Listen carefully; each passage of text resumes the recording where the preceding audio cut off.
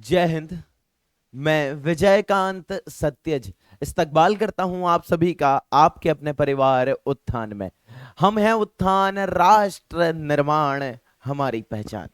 आप सभी का स्वागत है, सभी का इस्तकबाल है इस शानदार से सेशन के लिए।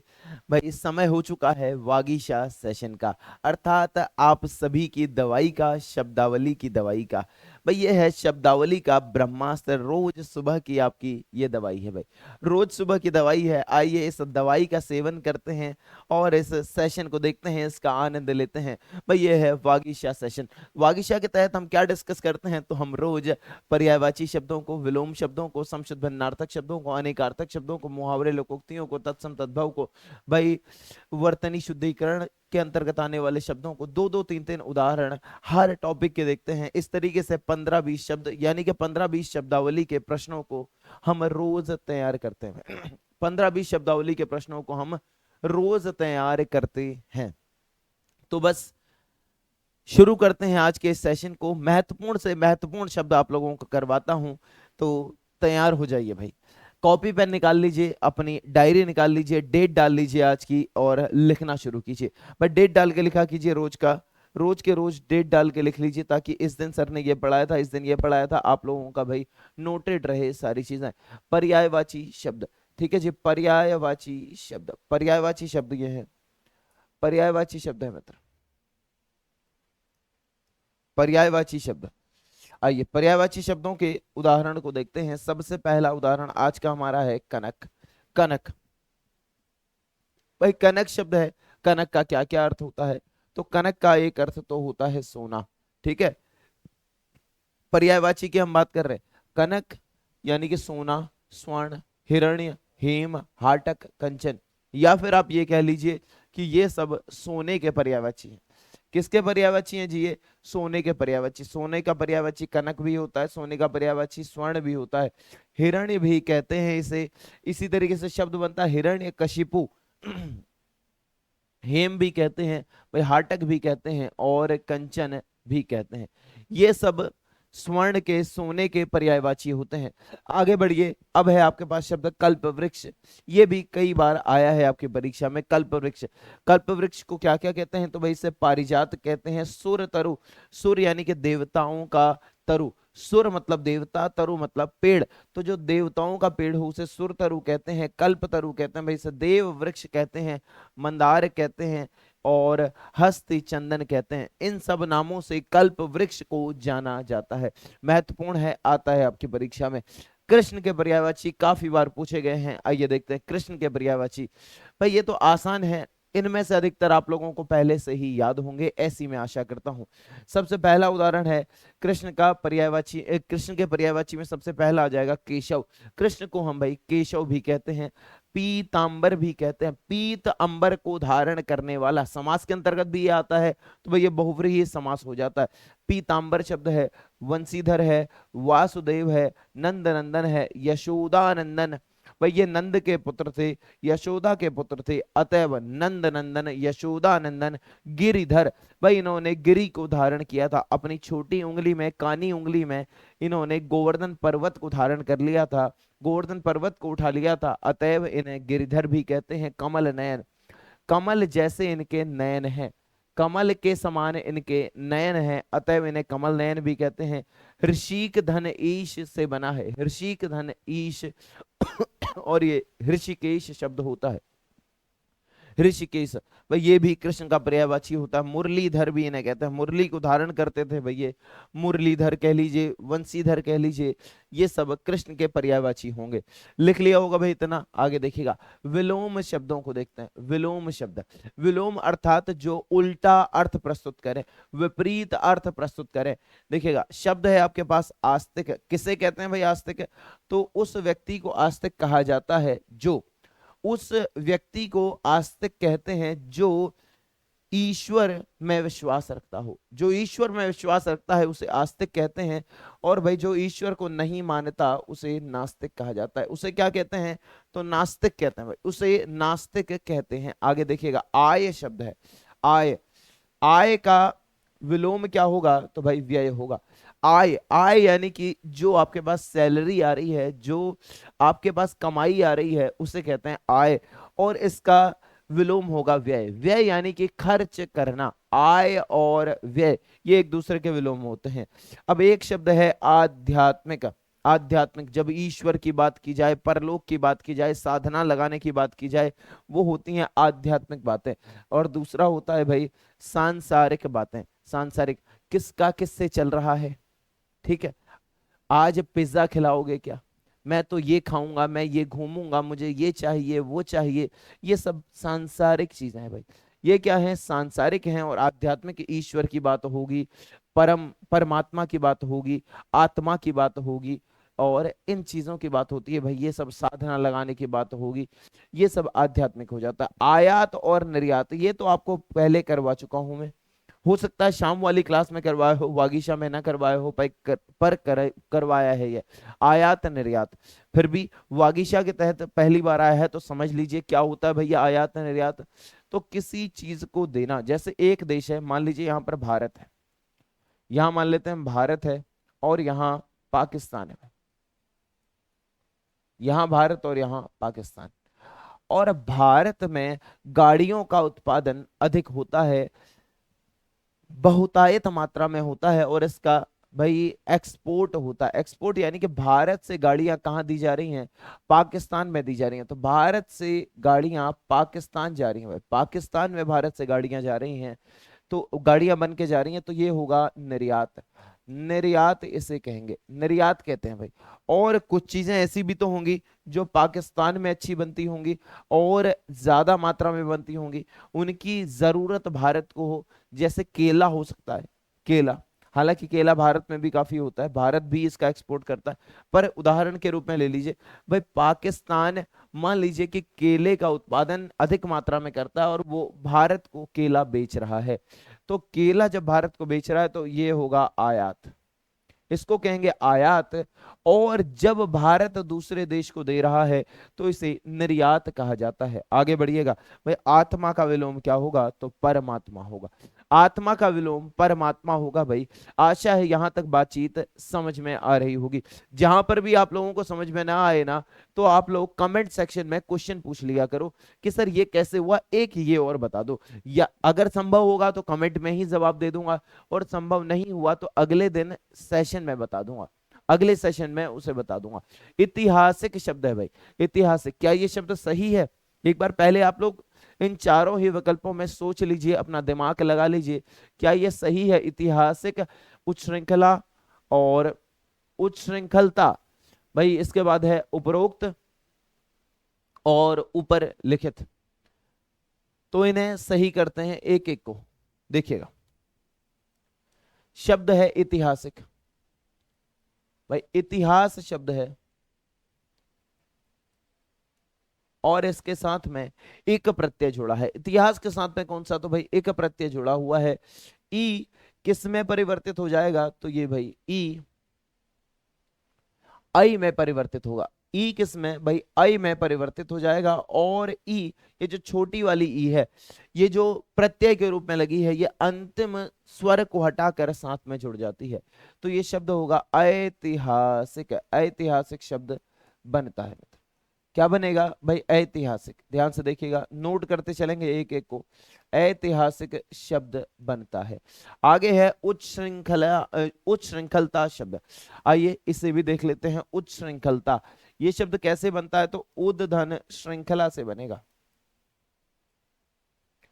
उद्धन श्रृंखला, यहां पर आ की मात्रा और लगा लीजिए, श्रृंखला। आगे देखिए भाई, इसमें क्या होगा, तो ये जो आ है इसका तो हो जाएगा लोप, ये तो गायब हो जाएगा। बाकी ये जो त है ये च में बदल जाता है, और ये जो श है ये छ में बदल जाता है।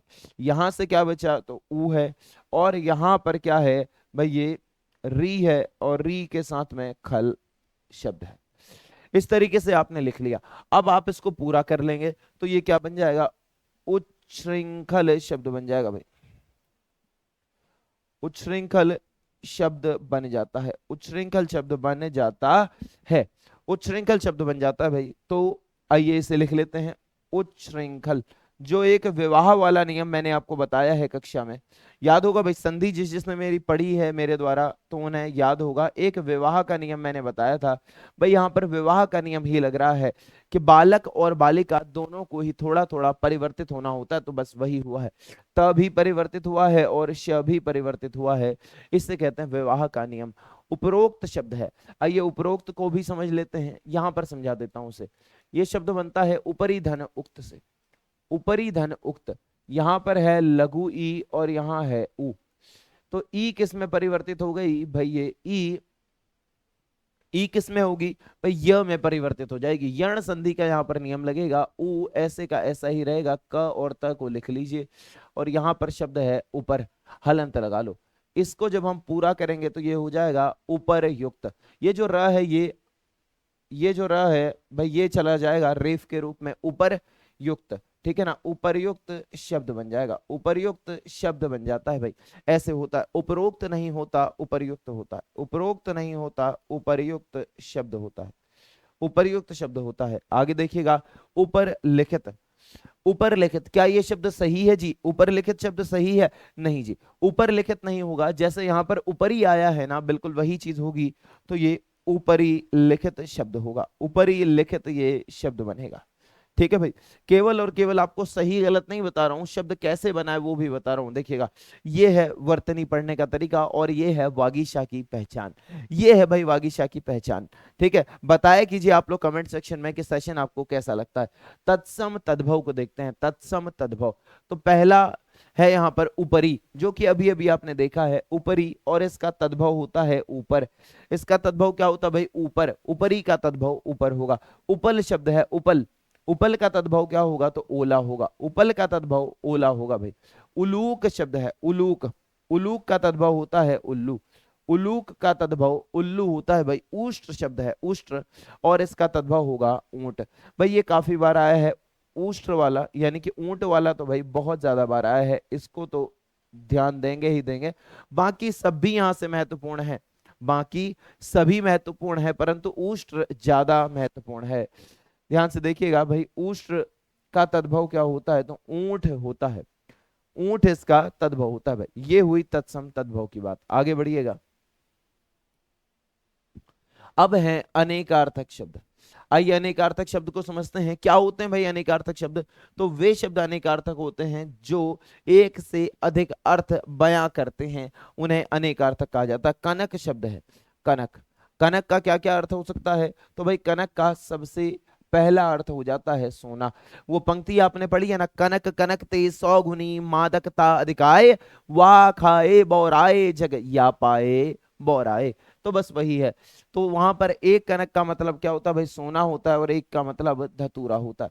तो सोना और धतूरा ये तो मिल गए। यमक अलंकार का उदाहरण होता है ना भाई, वो कनक कनक ते 100 गुनी मादकता दिखाए, भाई यमक अलंकार का उदाहरण। आगे देखिएगा, गेहूं शब्द है, इसे भी क्या कहते हैं? तो भाई कनक कहते हैं, पलाश को भी कनक कहते हैं, और वृक्ष को भी कनक कहा जाता है। अनेकार्थक शब्दों की हम बात कर रहे हैं। कर्ण शब्द है, कर्ण, कर्ण का क्या क्या अर्थ होगा भाई? कर्ण का एक अर्थ तो हो जाएगा कान, कर्ण का तद्भव रूप कान होता है जी। कर्ण का तद्भव क्या होता है? तो कान होता है, इसका एक अर्थ कान है। और कर्ण को हम कुंती पुत्र भी कहते हैं, क्योंकि ये कुंती का पुत्र था। कर्ण जो है भाई, ये कुंती का पुत्र था, भृगु के परम पुनीत वंशधर। अच्छा, ये परशुराम वाली पंक्ति है। जैसे ये है कि कर्ण के बारे में पंक्ति आ जाती है कि ऊंच नीच का भेद न माने वही श्रेष्ठ ज्ञानी है, दया धर्म जिसमें हो वही पूज्य प्राणी है, क्षत्रिय वही भरी हो जिसमें निर्भयता की आग, सबसे पूज्य वही ब्राह्मण है हो जिसमें तप त्याग। तो परशुराम के बारे में यहाँ पर पंक्ति आती है कि जिसके पिता सूर्य थे, ये अच्छा कर्ण वाली पंक्ति ये, कि जिसके पिता सूर्य थे माता कुंती सती कुंवारी, उसका पलना हुई धार पर बहती हुई पिटारी, सूत वंश में पला चखा भी नहीं जननी का शीर, निकला कर्ण सभी लोकों में तब भी अद्भुत वीर, तन से समर मन से भावुक स्वभाव से दानी, जाति गोत्र का नहीं शील का पौरुष का अभिमानी। तो ऐसी पंक्तियां आती हैं कर्ण के बारे में। कर्ण भाई महाभारत का, मतलब मुझे तो अगर पसंदीदा से पसंदीदा कैरेक्टर्स को छांटना हो महाभारत से, तो शायद सबसे पहले मैं कर्ण को ही छांटूं। आप लोग बताइएगा भाई, आप लोगों को क्या लगता है कि अगर एक कैरेक्टर आपको छांटने को मिले महाभारत से तो आप किसे छांटेंगे? पूरे महाभारत से अगर एक कैरेक्टर अगर आपको छांटना हो कि उनसे मैं कुछ सीख सकूं तो वो कौन हो सकता है? देखिएगा, या तुम्हें लगता हो कि यार ये तगड़ा बंदा था, ऐसा कोई। भाई कर्ण का अर्थ कुंती पुत्र भी होता है, कर्ण का अर्थ पतवार भी होता है। कर्ण मतलब कि समकोण त्रिभुज के सबसे बड़ी भुजा, समकोण त्रिभुज की भाई सबसे बड़ी भुजा भी होती है, इसे भी कर्ण कहते हैं। देखिएगा जैसे ये है, ये एक समकोण त्रिभुज है। समकोण त्रिभुज यानी कि यहाँ पर क्या हो, 90 डिग्री का कोण बने। तो इसमें क्या होगा भाई, ये वाला जो है ये, इसे क्या कहते हैं तो आधार कहते हैं। इसे आधार कहते हैं, बेस कहते हैं ना, अंग्रेजी में बेस कहते हैं और हिंदी में आधार कहते हैं। ये क्या है तो ये लंब है, ये लंब है भाई, इसको परपेंडिकुलर कहते हैं। अंग्रेजी में इसको क्या कहते हैं तो परपेंडिकुलर, एटीट्यूड भी कहा जाता है। बाकी ये जो है ये वाला, इसको कहते हैं कर्ण, इसको कहा जाता है कर्ण। और इसी को हम हाइपोटेन्यूज भी कहते हैं, हाइपोटेन्यूज भी कहा जाता है, ये भी इसका नाम होता है भाई। तो याद रखेंगे, जो समकोण त्रिभुज है इसकी जो सबसे लंबी भुजा है उसको भी कर्ण कहते हैं भाई। कान को भी कर्ण कहते हैं, कुंती पुत्र को भी कर्ण कहते हैं और पतवार को भी कर्ण कहा जाता है। बाकी भाई कनक के याद रखिएगा, कनक भी महत्वपूर्ण है और कर्ण भी महत्वपूर्ण है, कनक ज्यादा महत्वपूर्ण है, ठीक है। कनक ज्यादा महत्वपूर्ण है, उससे थोड़ा कम कर्ण है। आगे देखिए, अब है समश्रुत भिन्नार्थक शब्द। क्या होते हैं भाई समश्रुत भिन्नार्थक शब्द? तो ऐसे शब्द जो सुनने में तो एक जैसे लगते हैं परंतु उनका अर्थ अलग अलग होता है, उन्हें हम समश्रुत भिन्नार्थक शब्द कहते हैं। जैसे आपके पास शब्द है अमित, अमित शब्द है, अमित का अर्थ क्या होगा तो इसका अर्थ हो जाएगा अधिक, अमित का अर्थ अधिक होता है भाई। और जो ये अमित शब्द है इसका अर्थ बेहद भी हो जाएगा, अधिक हो सकता है, बेहद हो सकता है।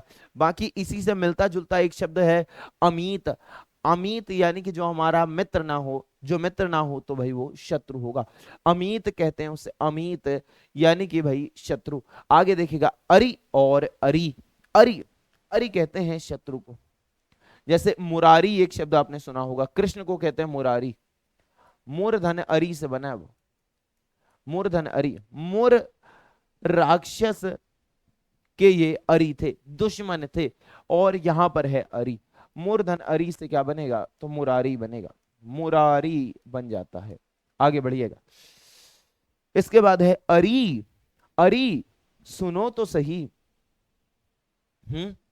घर में कहते होंगे पापा आपकी मम्मी से अरि, ये अरि आता है ना भाई, कहते हैं कुछ समय रुक जाओ तुम्हें भी कहने का अवसर मिलेगा, या फिर तुमसे कोई ऐसा कह रहा होगा, बहुत जल्दी ऐसा आएगा समय, परंतु पहले क्या, सरकारी नौकरी निकालनी होगी।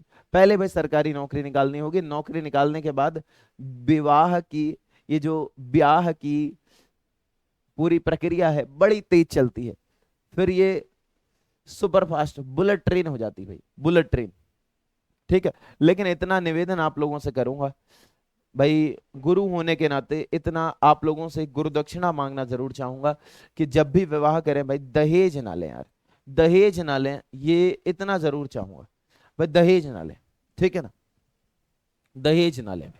जो ईश्वर को मानता हो, जो ईश्वर को मानता हो उसे क्या कहते हैं भाई, आस्तिक कहते हैं। जो ईश्वर को मानता है तो उसे आस्तिक कहते हैं, और जो ईश्वर को नहीं मानता उसे नास्तिक कहा जाता है। आगे देखिएगा, वह कवि जो तत्काल कविता कर सकता हो, बिल्कुल तुरंत कविता कर दे, टॉपिक दे दिया जाए उसको और वो तुरंत उस पर कविता लिख दे, उसे कहते हैं आशु कवि। क्या कहते हैं उसे तो भाई आशु कवि उसे कहा जाता है, जो तुरंत ही कविता रच दे, कविता रच दे। कह रहा अपराध बोध से होने वाली ग्लानी, अपराध बोध से जो ग्लानी होती है उसे क्या कहते हैं तो आत्मग्लानी कहा जाता है। उसको क्या कहते हैं मित्र, आत्मग्लानी कहते हैं, उसको आत्मग्लानी कहा जाता है, उसको भाई आत्मग्लानी कहा जाता है। तो क्या यहां तक बात क्लियर हुई बताइएगा, क्या यहां तक बात क्लियर हुई भाई, बताएंगे। अनेक शब्दों के लिए एक शब्द ये है, और 3 उदाहरण आपको बताए हैं भाई, याद करते चलेंगे, कहीं ऐसा ना हो कि मैं तो बताते जा रहा हूं आगे आगे आप पढ़ते जा रहे हैं और पीछे पीछे का भूलते जा रहे हैं। देखो, गुरु के साथ धोखा मत करना, अपने साथ भी धोखा मत करना, पर मेरे साथ भी धोखा मत करना। मित्र अगर ऐसा है ना तो बता देना, मैं सेशन रोक दूंगा, पर मेरी मेहनत को जाया मत जाने देना यार, मेरी मेहनत को जाया मत जाने देना। इतना तो मेरी बात मान लोगे, इतनी तो मान लोगे भाई मेरी बात, ठीक है? इतनी बात तो मान लेना यार, कि रोज के रोज पढ़ना। तुम ज्यादा समय मत दो इसे, बस 15 मिनट रोज रिवीजन कर लो, 15 मिनट रोज रिवीजन के लिए दे दो, 15 मिनट रोज वागीशा के रिवीजन के लिए दे दो। बस इतना सा मुझे अपने दिन भर के समय से 15 मिनट मुझे रिवीजन के लिए दे दो, और 15-20 मिनट का ये सेशन है, आधा आधा घंटा रोज का दे दो। बाकी मेरी गारंटी है शब्दावली में आप बहुत ही खतरनाक हो जाएंगे भाई, झंडे गाड़ के आएंगे पेपर में, ध्वज लहरा के आएंगे। देखिएगा, उल्टी गंगा बहाना, उल्टी गंगा बहाना किसे कहते हैं? तो भाई परंपरा के विरुद्ध काम करना, परंपरा के विरुद्ध काम करना उसे कहा जाता है उल्टी गंगा बहाना।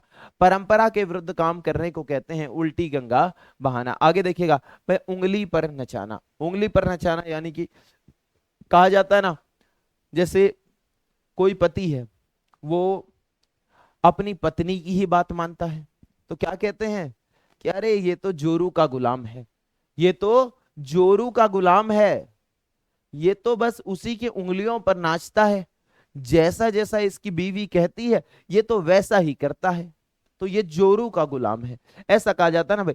तो अपनी इच्छा अनुसार किसी से कार्य करवाना, भाई कौन करवा रहा है इससे काम?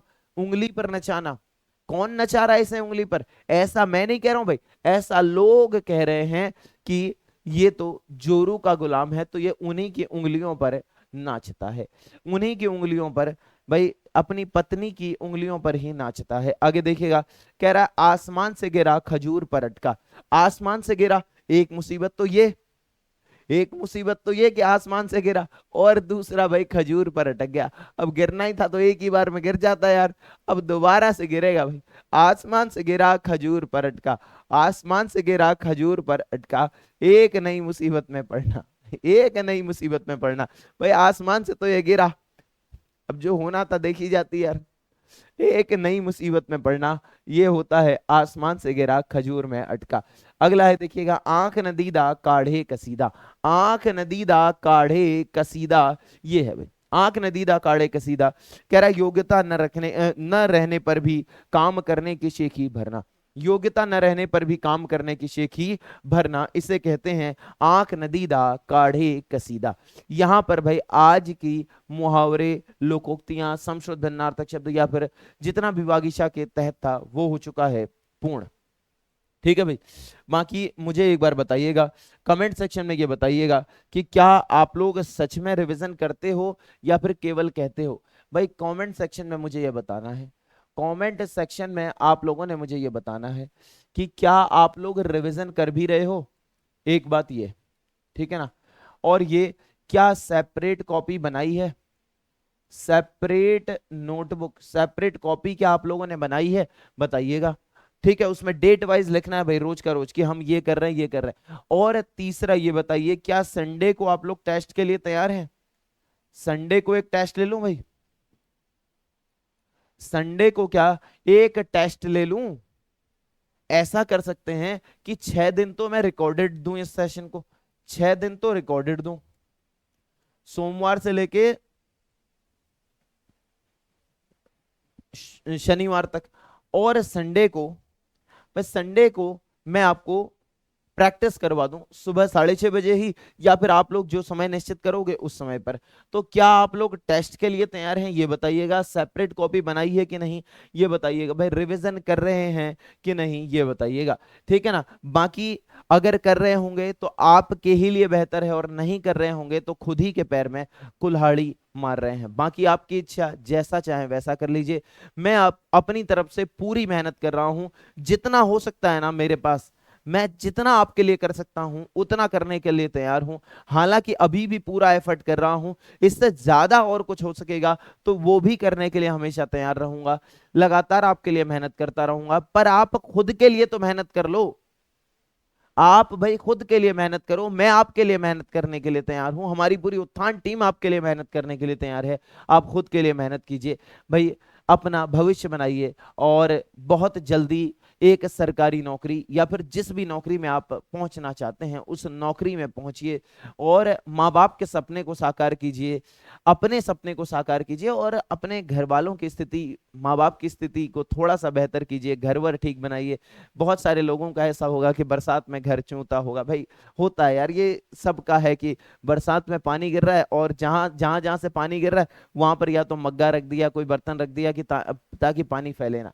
ये भाई हम लोगों के घर में, आप लोगों के घर में है। ये स्थिति कैसे सुधर सकती है? तो कुछ ना कुछ हम अपने जीवन में बेहतर कर लें, कोई नौकरी वोकरी पकड़ लें, कुछ बेहतर कर लें, तो तभी तो कुछ कर सकते हैं ना। तो उसी के लिए आप लोग मेहनत कर रहे हैं, सीरियस हो जाइए भाई, जीवन के प्रति बेहतरीन तरीके से मेहनत कीजिएगा। इन सभी प्रश्नों का उत्तर दीजिएगा। तैयारी कैसी चल रही है आप लोगों की, जरूर बताइएगा भाई। वागीशा सेशन आप लोगों के लिए फायदेमंद हो रहा है या नहीं, कमेंट करके जरूर बताइएगा। नए विद्यार्थियों के साथ शेयर कीजिए दोस्त, नए विद्यार्थियों को शेयर नहीं कर रहे हैं आप वागीशा सेशन को, शेयर जरूर कीजिएगा। अगर आपको पसंद आ रहा है ना तो, और आपको लग रहा है कि यार ये बहुत फायदेमंद है, तो 4-5 लोगों को, 5 लोगों को जरूर, 5 नए विद्यार्थियों को, केवल शेयर नहीं करना कि शेयर करके तुम्हारी जिम्मेदारी खत्म नहीं हुई, 5 नए विद्यार्थियों को ढूंढ के लाओ भाई, बुला के लाओ यार, ठीक है। मैं सचमुच आपके लिए बहुत मेहनत कर रहा हूं और करूंगा, लगातार करता रहूंगा। बस आपसे इतना चाहता हूं, आप खुद के लिए मेहनत करें और अपना भविष्य बनाएं। लगातार जुड़े रहिए भाई वागीशा सेशन के साथ, पढ़ते रहिए, खुश रहिए, मस्त रहिए। धन्यवाद। जय हिंद।